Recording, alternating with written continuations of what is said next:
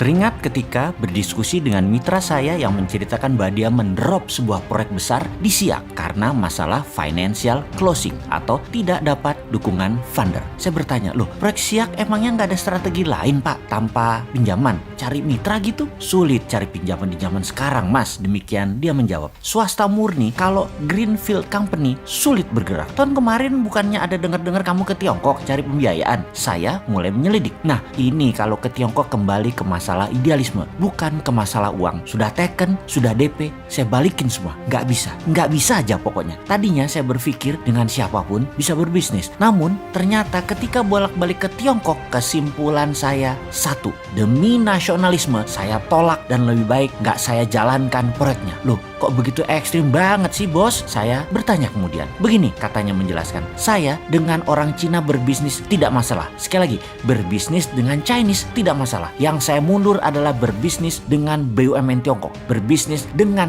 negara Tiongkok. Dengan mata kepala sendiri saya melihat dan memahami setelah bolak-balik dengan mereka dalam 1 tahun terakhir ini. Pertemuan demi pertemuan, diskusi dan menyaksikan sendiri apa dan siapa mereka. Tiongkok itu membagi dua secara global bisnisnya. Dalam negeri, swasta yang mengelola, yang bermain kira-kira 80%. Luar negeri, BUMN Tiongkok yang bermain hampir 90%-nya. Pemerintah dukung dana, dukung fasilitas lainnya ke BUMN Tiongkok untuk menggarap luar negeri. Dengan 1,5 miliar manusia di Tiongkok, mereka memerlukan pangan dan kerja buat penduduknya. Tiongkok membuat grand strategi dan policy. China is not a country. China is civilization. China itu bukan negara, tetapi komunitas. Diaspora Cina menguasai seluruh jagat raya. 2-5% di sebuah negara pasti diaspora Cina berada di sana. Dan bagi mereka, yaitu Tiongkok, melihat mereka semua itu adalah satu civilization yang bisa dimanfaatkan akar budayanya. Lalu saya perhatikan,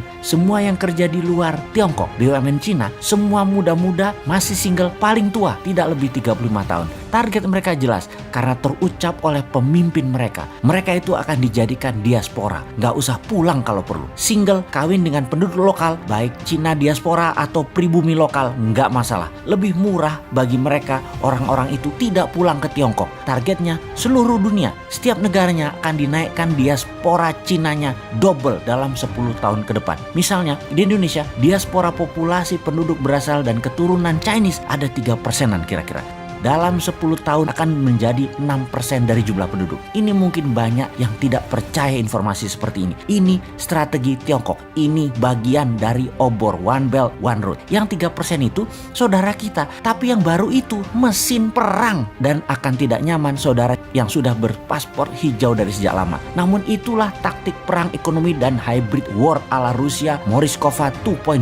Strategi ini dipakai Rusia untuk mencaplok Crimea. Negara berdaulat itu diambil Rusia. Dunia hanya bisa diam. Semua orang yang bekerja di BUMN Tiongkok di luar negeri telah mengikuti semacam wajib militer. Mereka terdidik secara militan dan militer. Dengan pengetahuan ini, saya putuskan saya tidak akan berbisnis dengan BUMN Tiongkok. Ini sama saja dengan menjual bangsa, menjual negara, menjual NKRI. Lebih baik proyek saya tidak jalan daripada bangsa Indonesia tergadai. Dan sekarang saya jadi bingung dengan pejabat yang malah memfasilitasi Tiongkok masuk. Lalu BUMN Indonesia dengan BUMN Tiongkok bekerja sama. Diaspora tadinya sebentar lagi jadi ancaman nasional. Ini soft threat. Banyak yang terbuai uang, terbuai proyek, namun menggadaikan kedaulatan bangsa. Saya miris dengan ini semua. Dia melanjutkan monolognya. Saya berharap ini semua karena by accident dalam tanda petik. Karena alfa, karena lupa, karena pejabatnya lupa, karena ketidaktahuan pejabat. Namun kalau ini by accident dengan sengaja melakukan Cinanisasi, memasukkan diaspora Cina baru, akan mengikuti juga pastinya, yaitu faham yang berbeda dengan Pancasila, faham komunisme.